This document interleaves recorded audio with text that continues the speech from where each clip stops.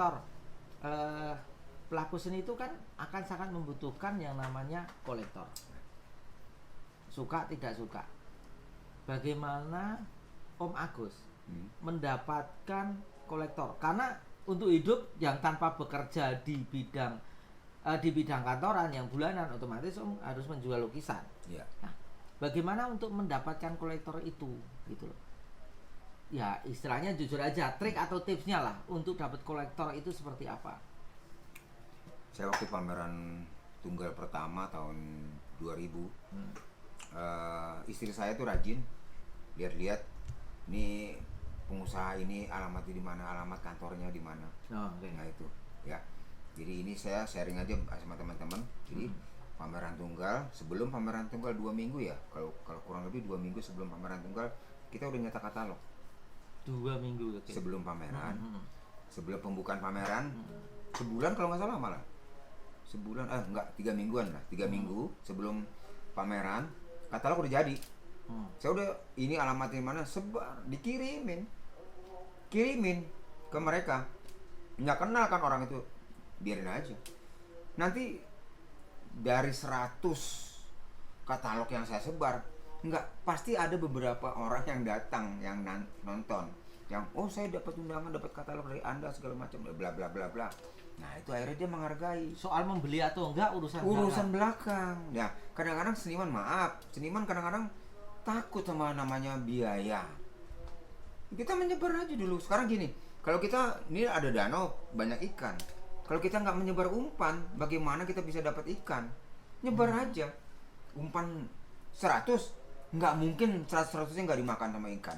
Paling enggak 1-2 paling pasti. Enggak, ya syukur-syukur bisa. Ya bisa 5, 10 itu, ya itu berharapannya itu. Ternyata itu kenyataan dan itu berhasil.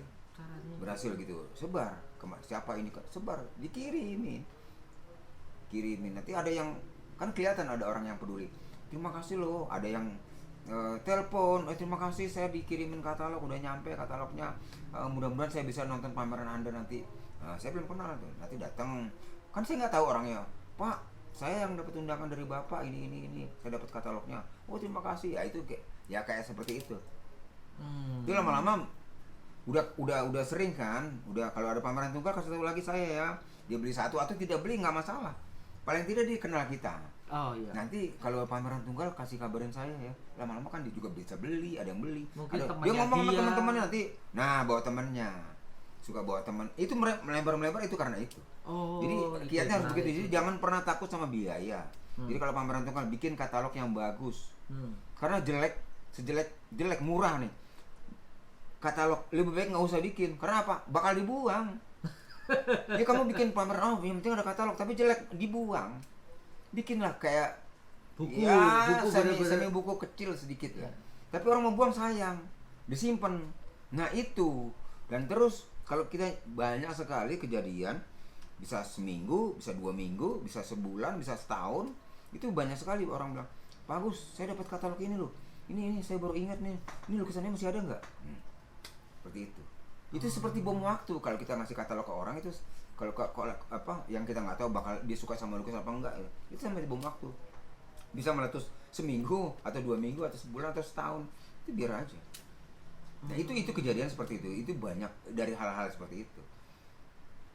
Jadi ceritanya begitu. Jadi harus berani berkorban biaya untuk menyebar kemana. Itu jadi harus. Dan bikin katalog yang bagus, desainnya bagus dan layak. Jadi layak. kalau mau dibuang sayang orang, sayang kan simpan taruh di mana? Taruh di meja tamu apa gitu. Pokoknya itu bikin yang bagus desain. Menarik gitu yang penting. Ya, itu simpel sekali. Jangan pernah takut sama biaya. Terus menjaga kolektor supaya tetap ada sama kita.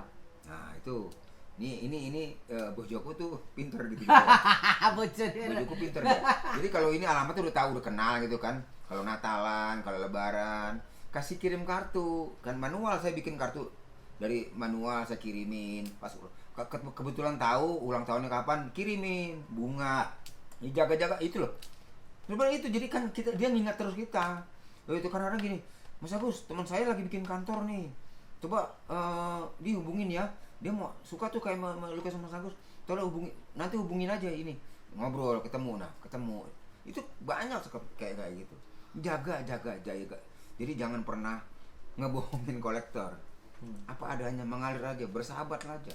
Jadi hal-hal yang kecil kita bikin, kayak begitu Natalan, kita kirimin ucapan, kartu ucapan. Dulu kan belum ada WA, belum ada itu, saya kirimin, gitu. Saya bikin sketsa, kirimin, gitu. Walaupun tidak dibayar tapi itu Enggak, menjaga. ya, jaga persahabatan. Karena bukan hanya sebatas jual Pembeli, beli lukisan. bukan itu, pertemanan itu penting. Oh, ini orang beda ini pelukis ini, kan akan menilai begitu sama kita. Jaga pertemanan, akhirnya banyak yang deket. Kolektor saya tuh sangat deket, nggak cuma sekedar jual beli lukisan, bukan. Kalau jual beli lukisan cuman kayak urusan orang di pasar Iya, doang. udah selesai, nggak perlu tahu. Nah, itu kayak begitu, jaga itu seperti itu. Cari mungkin tahu ulang tahunnya. Kalau dia punya, kan pasti punya kantor. Kebetulan kita pernah ke kantornya, sekretaris tanya bisik-bisik, mbak, ulang tahunnya Pak ini kapan sih? Itu perlu tahu. Oh ya, gue tanggal segini, catat ulang tahun kolektor kita yang ini, tahun bulan. Itu perlu. Itu penting. Nah, sisi marketing itu yang banyak dari pelaku seni itu terlupakan. Mungkin malah nggak kepikiran aja seperti itu lah. Mungkin butuh apa ya? Butuh marketing seperti itu. Nggak tahu itu sebenarnya marketing atau apa sih istilahnya ya? Bisa dikatakan marketing. Dan sah Sah aja. Kan kita tidak menyodorkan lukisannya. Lu datang lihat lukisan gue, suka itu beli atau enggak itu urusan kamu. Kan kita tidak memaksa, bukan Pak beli lukisan itu, bukan begitu kan? Bukan seperti itu, bukan. Ini produk saya bagus loh gitu. Enggak, bukan itu. Kita undang pameran, kasih katalog, kan lihat lukisannya. Ini kebetulan gue suka sekali nih sama gaya ini. Nah kan dia telepon saya. Ya kayak begitu, banyak cerita begitu. Dan dia akan datang, kunjungi pameran. Melihat pas bukan hari pembukaan, biasanya banyak kan itu bukan pembukaannya, hari lain telepon, Pak Agus di pameran ada kapan? Oh saya mau kesana nanti, tolong Pak Agus ada, kita mau ngobrol. Nah dari situ udah mulai tuh. Jadi kelihatan kalau orang pun yang bukan kolektor, kalau orang lewat di pameran kita, kalau dia berhenti mundur maju, dia udah kesihir sama lukisan kita. Diamin aja, pasti dia nanya. Cari informasi, yang jaga pameran siapa, nanti kan nanya itu hafal sekali. Tapi ada lukisan kiri kanan nih, ini orang lewat aja, itu robot kelihatan, nggak punya rasa, dia nggak tahu di mana ada apa, nggak bakal tahu. Tapi kalau ada yang punya sign of artnya tinggi, dia kan pasti nengok kanan, nengok kiri, terus nanti pas balik dia mundur maju. Nah itu udah kesihir. Lukisan itu punya kekuatan dan udah punya jodohnya masing-masing. Nah kita harus undang orang itu datang, jodohnya sama siapa kita nggak tahu. Menciptakan kekuatan dalam lukisan, menciptakan kekuatan dan sihir dalam lukisan, istilah bagus tadi. Kan setiap lukisan punya kekuatan. Lukisan itu setiap lukisan udah punya jodohnya masing-masing. Nah, tapi kan untuk mencatatkan jodoh itu harus punya kekuatan dong, dan punya sihir tadi yang Om Agus bilang. Sihir dalam tanda kutip ya, kekuatan dalam tanda kutip lah. Menciptakan itu loh Om. Kan tidak itu tidak bisa. Caranya gimana sih gitu loh. Ya tadi saya bilang kekuatan itu harus pameran. Dulu kan belum ada media sosial, kita pameran, undang, itu kan datang. Soal beli apa kan selera. Dan sekarang kalau di media sosial yang nonton ya mohon maaf. Ya teman-teman biasa. Yang nonton lu lagi. Kapan berkembangnya, dan hanya selalu bilang, bagus, jempol. Like, bla bla bla. Tapi tidak punya dapat input apapun dari media sosial itu gitu loh. Menurutku ya jadi jarang maksudnya. Buang waktu percuma. Ya bukan buang waktu percuma, dalam arti gini. Jadi seperti kita tidak mendapatkan sesuatu yang baru, yang benar-benar fresh, baru gitu loh maksudku. Gini, kalau lukisan kita udah punya 30 atau 25 lukisan baru, foto-foto, kirim orang-orang yang kira-kira potensi untuk beli, kirimin aja foto-foto lukisan kita yang baru. Ngomong soal beli apa itu urusannya dia, bukan urusan kita. Yang penting kita kasih tahu, nih saya punya lukisan baru lo gini-gini gitu. Di luar media sosial kan jarang kolektor main Kayaknya medsos. tidak pernah deh. Ya, mungkin nggak Ya sempet. ada tapi jarang. orang kayak gitu udah. Tapi udah. ada sih, ada beberapa saya tahu. Saya nggak sebut namanya, ada Iya. yang suka ini agak gokil dikit, tapi nggak apa, memang ada. Tapi begitu pameran undang. Nah, Ada itu. beberapa Tapi kolektor memang yang harus begitu, kita harus update terus. Lukisan kita punya lukisan beberapa, kita kirimin fotonya itu dari WA kan bisa, kan kita punya kontak Sekarang, nomor ya. kontaknya dia, bukan yang di media sosial. Pak, ini saya punya lukisan baru ini, ada beberapa, silakan lihat-lihat. Kita lihat, nggak usah maksa beli, nggak usah, biar aja gitu. Nanti kan dia nanya kapan pameran lagi Pak, nanti saya mau pameran, ngumpulin lagi ngumpulin gitu. Ya itulah, pokoknya jaga jaga hubungan. sama kolektor kita, tetap jaga hubungan tetap baik, jangan mengecewakan dia, intinya situ itu. Tapi menarik sih menurutku bahwa Simpel sih. iya, perjalanan dari awal sampai sekarang prosesnya pasti ya step by step ya, nggak mungkin. Iya. Tadi yang Om bilang nggak bisa langsung Padung itu di puncak juga. Semua juga. Oh iya, Om udah merasa di puncak berkesenian belum? Kalau saya nggak pernah merasa seperti itu. Saya menolak kemapanan supaya tetap kreatif, supaya tetap produktif. Kalau sudah merasa di Menara Gading segala macam, udah nggak usah ngapain, udah ngapain gitu loh. Tujuan hidup kan bukan itu perjalanan.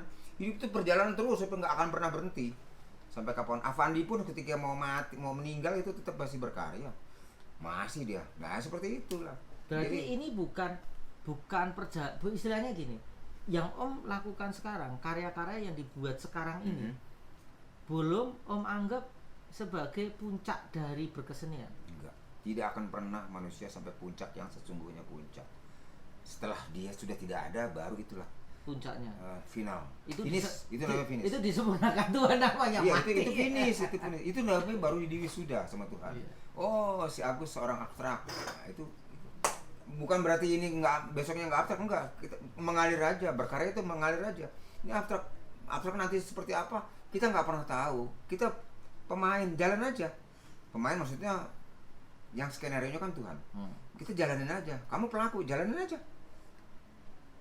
Nggak usah mencari kesana kesini, malah pusing kamu. Ya kan nggak usah. Pernah bosan Enggak. melukis abstrak? Oh enggak. Ya, kalau bosan ya repot itu. Orang melukis. Ada beberapa teman yang merasa bahwa saya melukis dengan ini terus merasa bosan. Ya enggak, kan itu makanya saya bilang kalau patut dicurigai.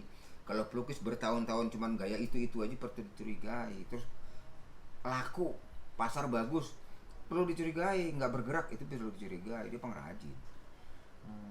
Karena gini, Karena itu saya kembali lagi, saya ulangi lagi, itu kan semua alam ini semua berubah, berkembang terus menyesuaikan dia zaman. Itu dengan sendirinya, nggak bisa direkayasa, nggak bisa dipikirin bagaimana kita harus berubah. Enggak, itu dengan sendirinya.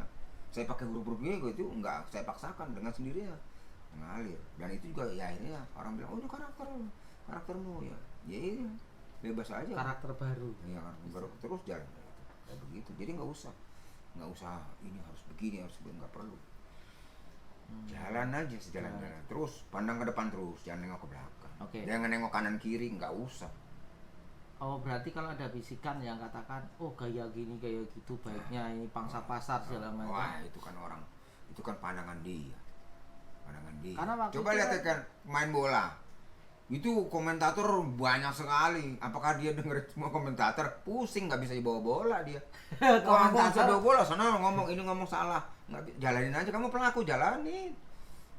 Nah itu loh. Nah, Itu jalanin aja. Kita berkesenian jalanin aja. tugas seniman adalah berkarya. Sudah. Berkarya, mengembara estetika. Ya kan pengembara estetika. Menarik. Jalan terus. Kamu pengembara itu nggak ada salah, nggak ada dosanya. Pelukis itu adalah pengembara estetika. Ya, Seniman. Seniman bukan hanya pelukis. Bukan pelukis, ya. seniman. Karena semua pelaku seni Ya, adalah pengembara estetika. Menarik. Yang terakhir, masukan apa dari Om Agus untuk teman-teman yang istilahnya apa ya? Sama seniman. Ya teman-teman ya bisa dibilang seniman, mau amatir, mau profesional, atau yang baru mencoba hidup dalam dunia kesenian.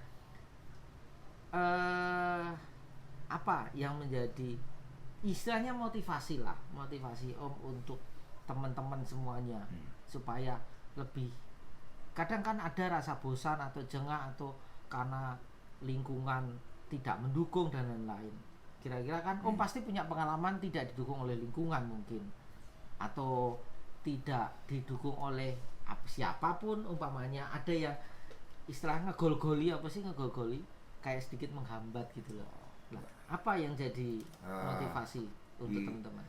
Jadi seniman itu ya, khususnya pelukis atau apa aja sebenarnya, kita harus pakai kacamata kuda. Kacamata kuda itu kan cuma lihat lurus jalan ke depan, dia nggak akan melihat kanan kiri belakang, dia akan pernah jalan aja gitu loh. Jadi seniman harus produktif. Seniman itu harus jadi produktif supaya ketajaman mata estetis kita jadi lebih tajam. Kalau kita nggak berbuat sesuatu, kita nggak mencari, nggak akan ketemu. Teori itu ditemukan karena perjalanan waktu. Oke. Ya kan, teori itu ditemukan ketika perjalanan waktu. Itu adalah perjalanan waktu. Ya kan, proses perjalanan waktu. Nah, masalah senioritas saya bilang tadi kembali. Masalah senioritas sebenarnya nggak, di dalam seni itu tidak ada senioritas. Ini junior, nggak ada sebenarnya. Jadi orang pelukis, kita ngomong masalah pelukis aja ya, nggak usah terlalu jauh, terlalu lebar. Pelukis itu loh, umurnya sudah 80 sekian, hampir 90 lah katakan. Oh, dia senior, lihat karyanya, jangan lihat umurnya. Jam terbang seniman sama jam terbang pilot itu beda. Jam terbang pilot sudah 200 jam atau 200 jam atau 300 jam, itu dilihat ketika dia terbang, dihitungnya terbang, di darat nggak dihitung. Nah, seniman juga begitu. Ketika dia berkarya, bukan karena usianya. Itu usianya tapi karyanya setahun cuma 2 dapat. Itu seperti empuk bikin keris, cuma 2 itu empuk lain. Jadi ini beda konsep. Jadi kalau seniman, lihat produktivitasnya seniman bukan karena usianya. Itu banyak seniman-seniman muda luar biasa, dahsyat karyanya.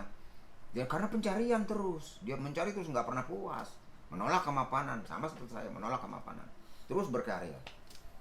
Nah itu intinya ke situ. Jadi produktif, jangan pernah takut kalah sama anak-anak muda. Saya udah umur, jangan ngomong umur.